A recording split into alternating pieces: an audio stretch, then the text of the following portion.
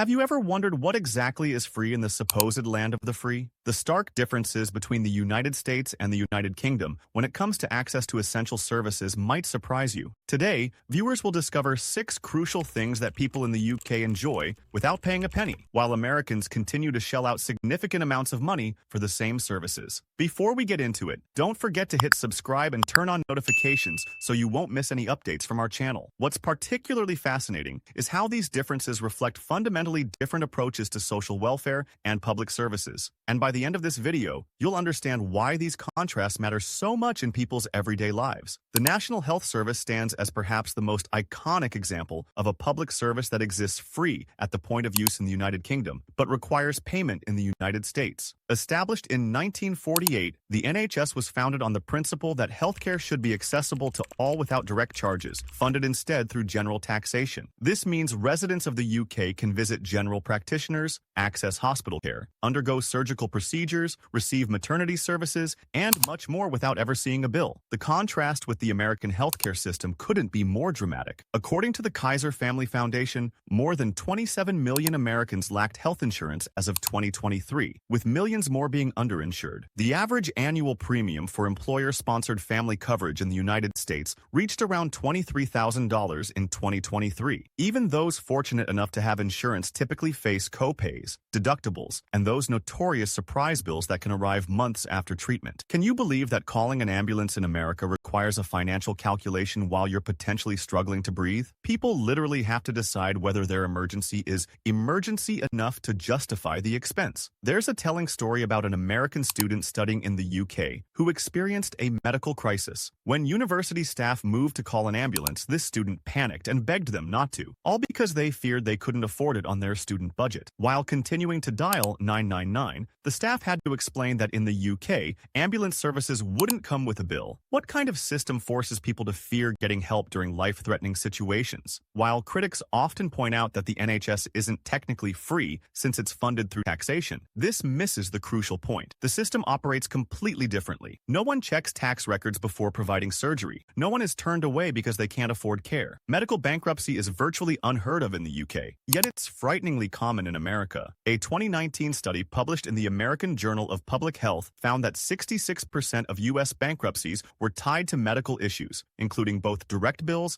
and time lost from work. How is this even normal in 2024? The second major difference involves university education, particularly in Scotland, where Scottish students attend public universities entirely free of charge. The Scottish government covers all tuition costs through the Student Awards Agency for Scotland. That means eligible students pay exactly £0 in annual tuition fees. This arrangement differs even within the UK, as England charges up to £9,000 annually for university tuition. But comparing either system to America shows just how extreme the US approach has become. According to the College Board, average annual tuition at public 4-year in-state universities in America reached $10,940, and that's considered the affordable option. Private institutions charge an average exceeding $39,400 per year. The result? American students typically graduate with around $30,000 in debt, creating a lifelong financial burden right as they're starting their careers. Let that sink in. Scotland views higher education as a public good worth investing in, while America treats it as a personal financial commodity. A degree shouldn't come with a mortgage, yet that's exactly what millions of Americans face. The third striking difference involves something as basic as banking services. In the United Kingdom, opening and maintaining a standard current account is typically free of charge. Major UK banks including Barclays, Lloyds, and HSBC offer accounts with 0 monthly maintenance fees. Customers can set up direct debits, use debit cards, and access ATMs throughout the country at no cost. These aren't hidden special offers or promotional deals. They're the standard banking arrangement available to everyone. Meanwhile, across the Atlantic, most American banks impose monthly service fees on checking accounts unless customers maintain minimum balances or set up qualifying direct deposits. According to Bankrate's 2023 study, the average monthly maintenance fee for a non-interest-bearing account in the U.S. was $5.14, mounting to over $60 annually just to keep money in a bank. Overdraft fees in America remain particularly steep, averaging around $30 per transaction. While some U.S. institutions have begun offering fee-free accounts, the industry-wide practice of charging people for basic banking services remains deeply entrenched. How is using your own money not free? It's like they tax Americans just for existing in the financial system. system. The UK approach clearly prioritizes financial inclusion and accessibility in ways the American system simply doesn't. The fourth major difference involves medication costs, with Scotland, Wales, and Northern Ireland offering completely free prescriptions to residents. These policies were introduced progressively, Wales in 2007, Northern Ireland in 2010, and Scotland in 2011, with the explicit goal of removing barriers to medication adherence and improving public health outcomes. Even in England, where prescriptions aren't entirely free, the cost remains fixed at approximately £9 per item, with broad exemptions for children, elderly people, pregnant women, and those managing certain chronic conditions. The situation couldn't be more different in America. Prescription costs in the U.S. are wildly variable and often astronomical. The Commonwealth Fund reported that in 2022, the United States had the highest per capita pharmaceutical spending worldwide, with the average person paying over $1,200 annually for prescription medications. The price of insulin has become particularly infamous. While a vial costs about £25 in the United Kingdom, Americans might pay up to $300 for the exact same product. Just trying to stay alive shouldn't bankrupt you. But that's exactly what happens to many Americans who need ongoing medications. The UK system reflects a public health approach, prioritizing access to necessary treatments, while the American model remains market-driven with pharmaceutical companies wielding enormous influence over pricing. Cultural access represents the fifth area where the UK provides free resources that Americans typically pay for. Major national museums across the United Kingdom, including the British Museum, National Gallery, Natural History Museum, Museum of Scotland, and dozens more, offer free general admission to their permanent collections. While they may suggest donations or charge for special exhibitions, the core cultural treasures remain open to everyone regardless of economic status. Contrast this with America's leading cultural institutions. The Museum of Modern Art in New York charges $25 admission. The Field Museum in Chicago demands $30 per adult, and similar fees apply at most major museums nationwide. Some American museums occasionally offer free days, but these represent exceptions rather than the standard policy. Why should curiosity come with a cover charge? The UK approach recognizes cultural heritage as belonging to everyone, while America has largely commodified access to its artistic and historical collections. Putting a price on history effectively creates knowledge gatekeeping based on economic status. The sixth and final difference involves access to nature through national parks. The United Kingdom's 15 national parks, including the Lake District and Snowdonia, remain open to the public completely free of charge. While visitors might encounter parking or specific facility fees, there's no general admission charge whatsoever. People can simply enter and enjoy these protected natural landscapes. This policy fundamentally reflects the belief that nature should remain freely accessible to everyone, regardless of economic status. The United States boasts an undeniably magnificent national park system, but access typically comes with significant costs. As of 2024, entrance to iconic parks like Yosemite, Yellowstone, and Grand Canyon cost approximately $35 per vehicle. Visitors can purchase an America the Beautiful annual pass for $80, but even this represents a financial barrier for many families. While these funds contribute to maintenance and preservation efforts, the fees inevitably discourage frequent visits, particularly for lower-income households. Additionally, privatized concessions within U.S. parks often result in inflated prices for food, lodging, and guided tours, whereas the UK generally maintains a more open, less commercialized approach to its natural spaces. When did seeing a mountain become a luxury? The contrast between these systems reveals fundamentally different philosophies about who should have access to natural heritage. These 6 examples highlight dramatically different approaches to essential services between the United Kingdom and United States. While both nations face their own challenges, the UK consistently prioritizes universal access to healthcare, education, banking, medication, culture, and nature without direct payment barriers. The American system, by contrast, treats these as primarily individual responsibilities or market opportunities. What does this say about national priorities and values? Drop your thoughts in the comments, and don't forget to like and subscribe for more content like this. Your experiences might help someone else make the right decision.